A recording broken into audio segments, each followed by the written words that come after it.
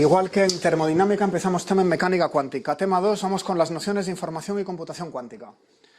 Entonces, el primer punto son los estados mezcla y la matriz densidad, que voy a motivar ahora mismo. Algo que seguramente hayáis visto en parte. La motivación es la siguiente. Imaginaos que desconocemos el estado del sistema físico, no estamos seguros en qué estado está, ignoramos detalles sobre el sistema y entonces, si tenemos un conjunto de estados posibles, psi1, psi2 hasta psi-l, les asignamos probabilidades clásicas, P1, P2 hasta PL, ¿de acuerdo? Todo lo que hemos hecho en el capítulo anterior era sobre un estado psi, y ahora lo que pasa es que no sé cuál es ese estado psi, con lo cual tenemos dos niveles de probabilidad, la probabilidad cuántica intrínseca a las medidas debidas a los principios de la mecánica cuántica, la naturaleza es así, y además sobre eso una capa de probabilidad clásica, ¿vale? Tenemos una indeterminación, no conocemos el estado del sistema. Por supuesto, las probabilidades van a sumar 1.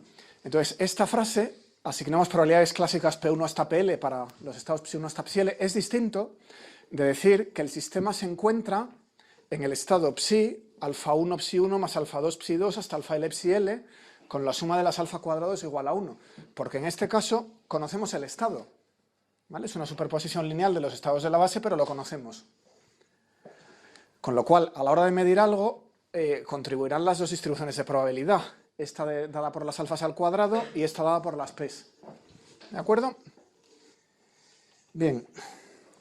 Entonces, a la incertidumbre cuántica que llamábamos delta psi de omega, y esta se daba conociendo el estado perfectamente, era una incertidumbre irreducible, ahora le tenemos que añadir la debida a la distribución de probabilidad. Añadir no quiere decir sumar, luego veremos cómo se calcula, ¿vale?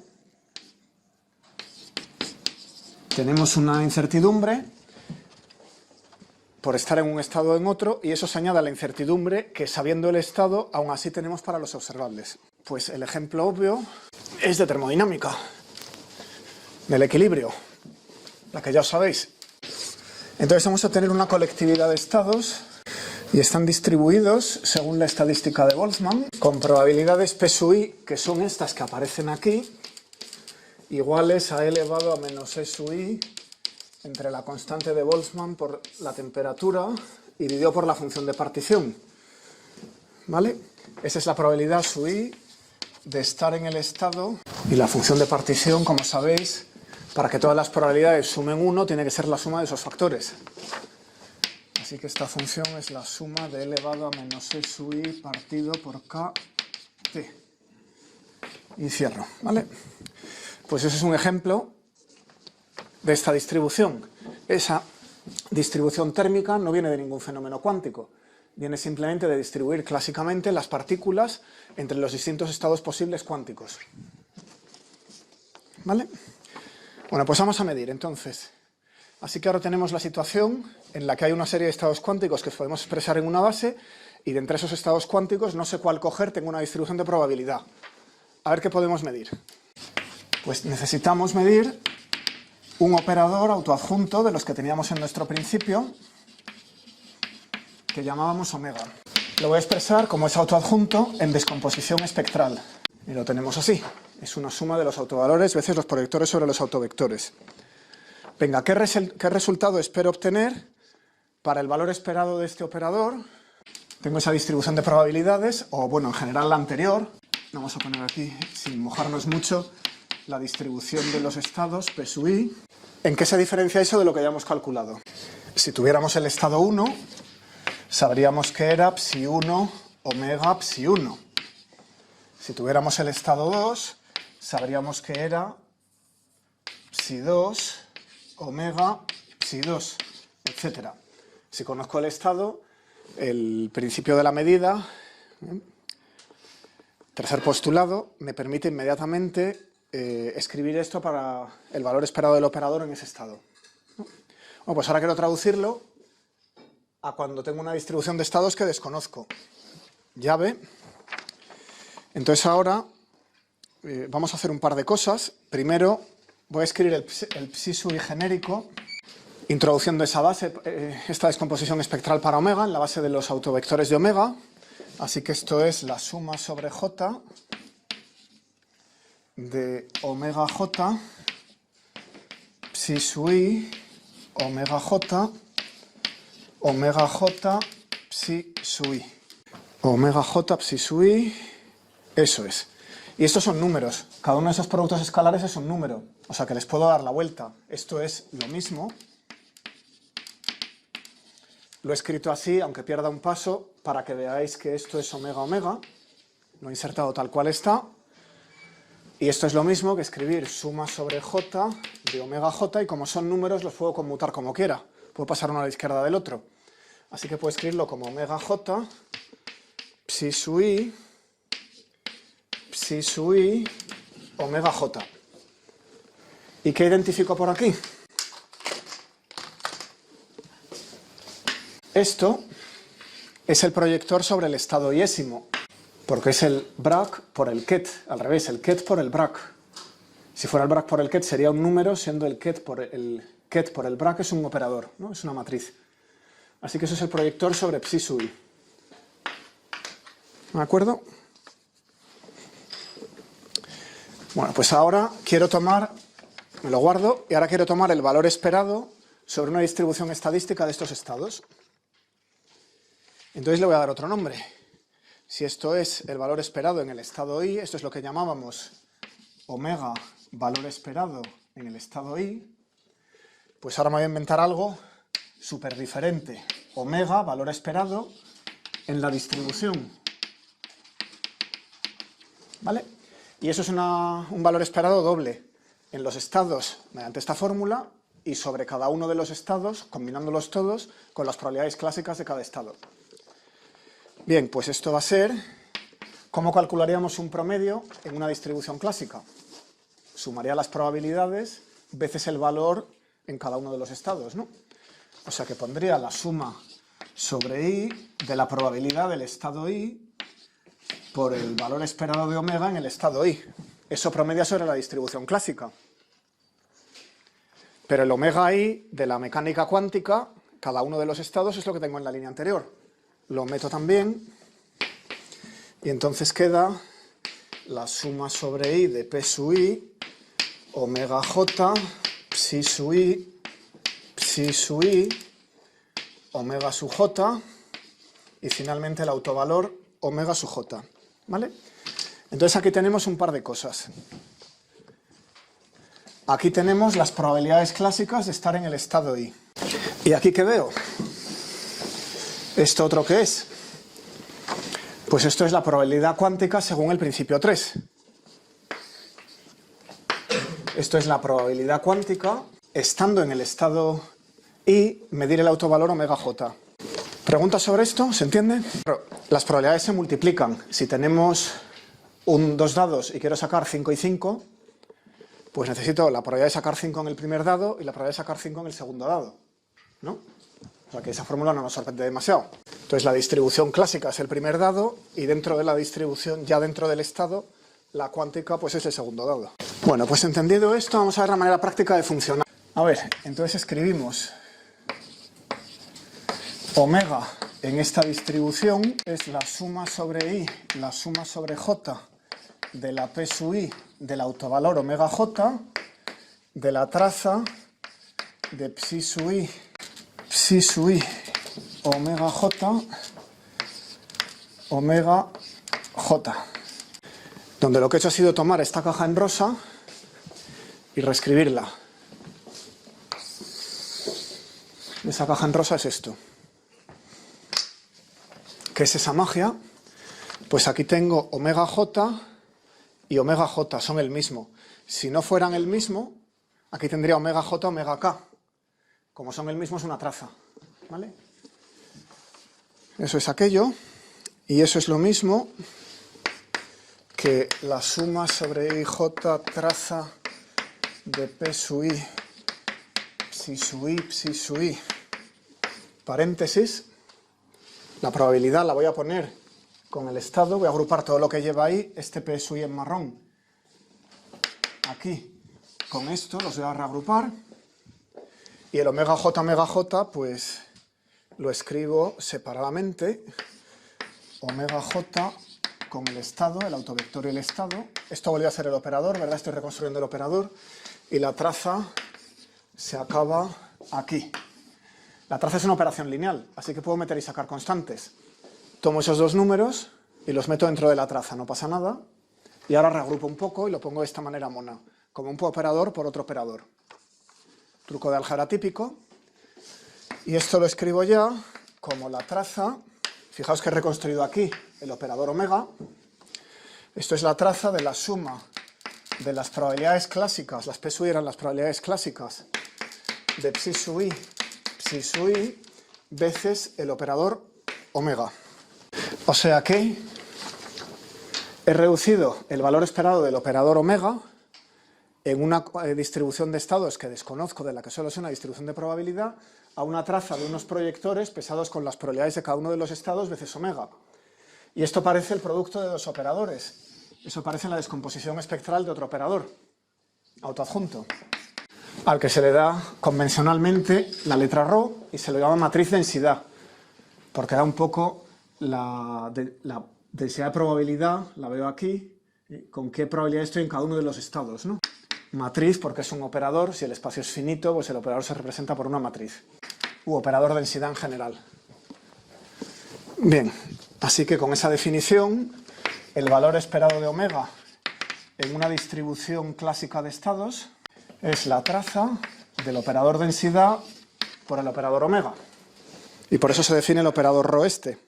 Definición a recordar, por favor. Así que a este ρ, si la distribución de probabilidades es no trivial, lo llamamos el estado mezcla. ρ describe, lo voy a poner entre comillas, un estado mezcla, porque en realidad no es un estado, es una combinación lineal de estados, es una mezcla de estados. O sea que es un mal nombre, yo habría preferido decir la mezcla de estados, pero bueno, se ha quedado así. Eso es una mezcla de estados. Bien, ¿qué pasaría si estuviéramos en un estado puro?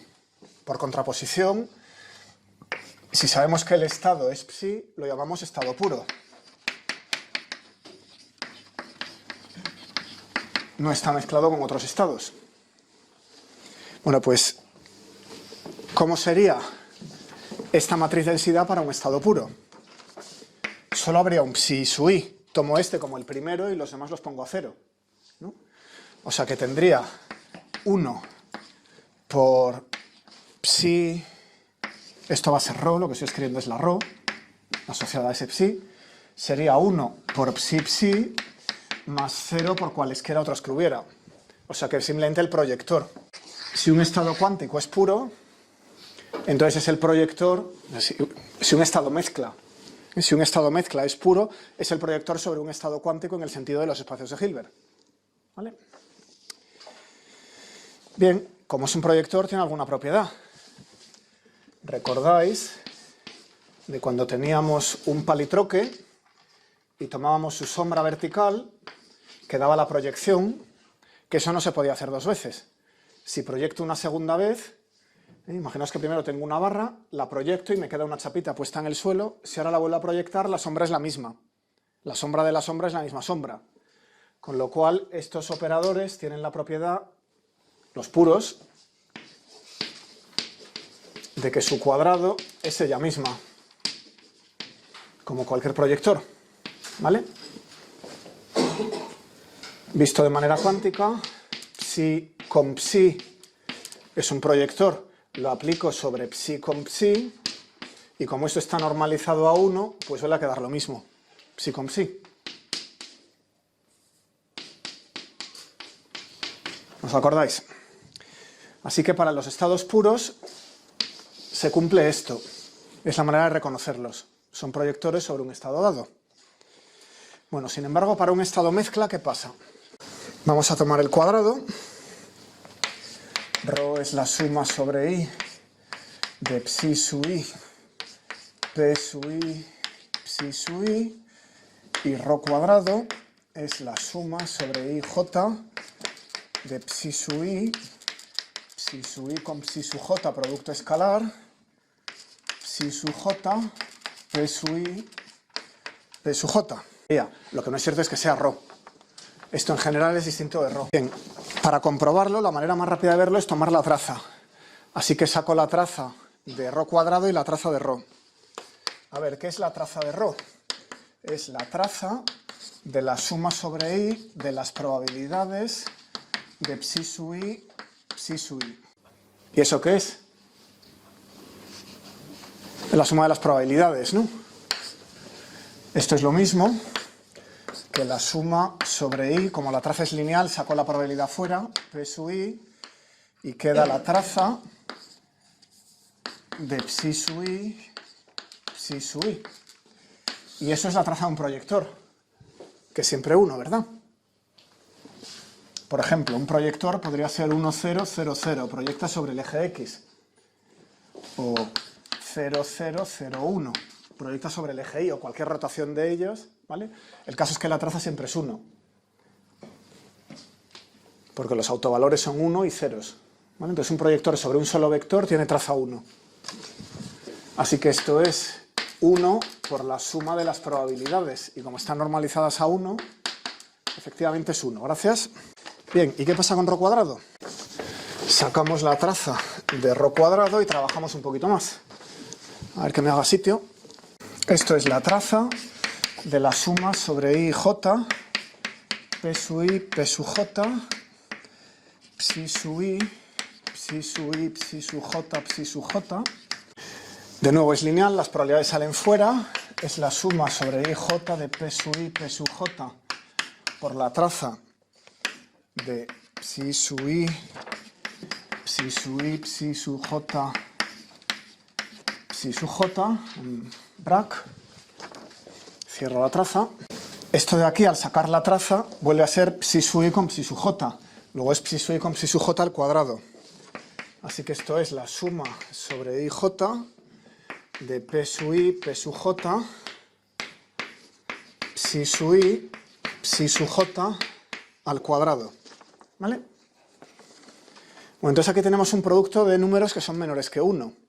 Las p sub i son menores que 1, porque todas juntas suman 1. Como mucho van a ser 1. Las p sub j también van a ser menores o iguales que 1. Y finalmente tengo el producto de psi sub i con psi sub j. Si fueran el mismo, sería 1. Y si no, es un número menor que 1, es un coseno entre dos vectores. ¿Vale? O sea que esto son 3 números menores que 1. Así que puedo escribir que esto es menor o igual que la suma sobre i j de p sub i, p sub j, usando que estas probabilidades son menores que 1, esos cosenos, ¿no? Y esto lo puedo volver a escribir, fijaos que está al cuadrado, esto es la suma de las p sub i al cuadrado, porque el índice mudo j es la suma de los p sub i por la suma de las p sub j, y puedo sacar los términos en i de la suma sobre j, así que queda como el cuadrado de esto, que es 1, es 1 por 1, que es 1. Así que en general, para cualquier estado, la traza de ρ cuadrado es menor o igual que 1. ¿Cuándo satura la desigualdad? Cuando esto es 1. Y esto es 1 cuando el estado i es el mismo que el estado j. Y en ese caso sería un estado puro. Entonces sí, saldría la traza de ρ y volveríamos al caso anterior. La traza de ρ es igual a la traza de ρ cuadrado. Pero si el estado no es puro, si aquí hay dos estados que pueden ser distintos, inmediatamente este producto escalar es menor que 1 y la traza de ρ cuadrado es distinta de la traza de ρ. ¿Vale? Bueno, o sea que sabemos que tenemos un operador, matriz densidad, que nos escribe las mezclas de estados, que es autoadjunto, ρ daga es igual a ρ, lo dijimos al principio, lo escribo, y que satisface, si el estado es puro, que ρ cuadrado es ρ, y si el estado no es puro, es un estado mezcla con probabilidades clásicas de los distintos estados, entonces ρ cuadrado es distinto de ρ. Y si sacamos la traza, vemos que la traza en un estado mezcla de verdad es menor que 1. Pregunta. Sí. Del de la traza, bueno, de los dos proyectores multiplicados entre sí, al de la norma al cuadrado, ¿cómo pasas? No entiendo ese paso. Este. De ahí a ahí, sí. De aquí a aquí. A ver, ponte un par de vectores. Este es el vector 1, 0, 0. Esto es una matriz. Y eso es el vector, al revés, este es un vector columna. Vector columna 1, 0, 0. Hay una matriz por aquí. Y ahora te pongo el vector 0, 1, 0. Y ahora te pido que saques la traza de eso. ¿Vale? Entonces, hazlo. Lo que pasa es que te queda este multiplicado por este y te da 0. Si pones aquí el mismo, Entonces te queda este multiplicado por este y te da 1 por la traza de lo que sigue. ¿Vale? Es una de esas cosas de álgebra. Hazlo en un caso 2×2 y luego me lo vuelves a preguntar si no lo ves. Otra pregunta. Sí. En el caso de que fuesen ortogonales, ¿también se saturaría la...? No, si son ortogonales esto es 0, que es menor que 1. No se satura, se queda muy lejos. Esto es 0 y desde luego es menor estrictamente que 1. Bueno, pues los postulados del otro día, los principios de la mecánica cuántica, los podemos reescribir en términos de esta matriz densidad. Y tardo una pizarra. Os va a ser obvio. Lo que vimos en el capítulo anterior, cómo queda si nos permitimos una mezcla clásica de los distintos estados. El primero, antes decíamos a cada estado físico le corresponde un vector estado o un rayo estado. Ahora decimos a cada estado físico, donde por estado físico entiendo el estado del sistema, no el vector en el espacio de Hilbert, ni el rayo de vectores en el espacio de Hilbert, pues le corresponde un operador estado, la matriz densidad ρ, que es autoadjunto, que es no negativo, no tiene autovalores negativos por ningún sitio, puede tener autovalores 0, pero no negativos, y con traza igual a 1, como hemos visto. Menor o igual que 1, hemos dicho.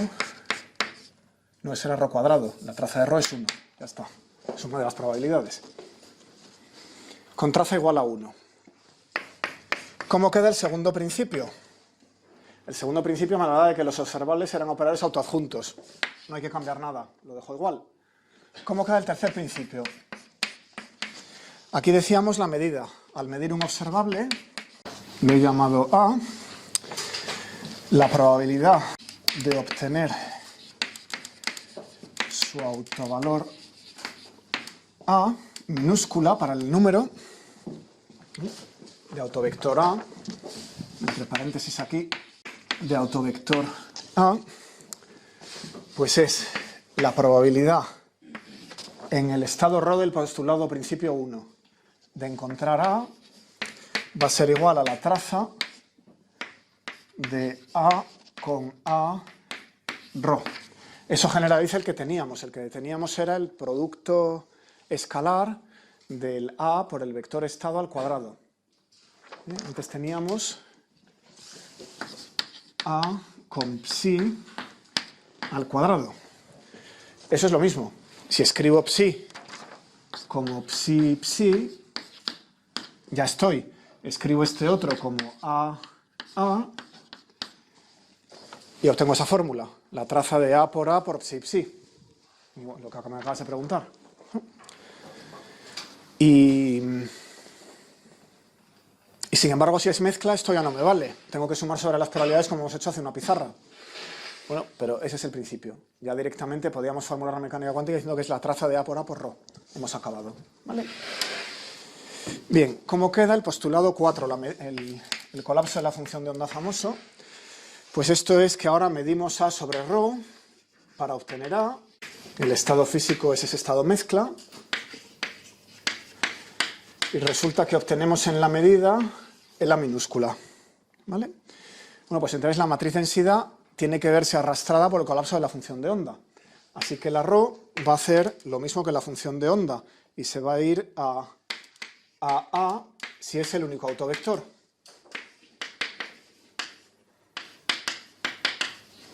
¿Vale? Si hay varios autovectores es un poquito más complicado. Esto va a parar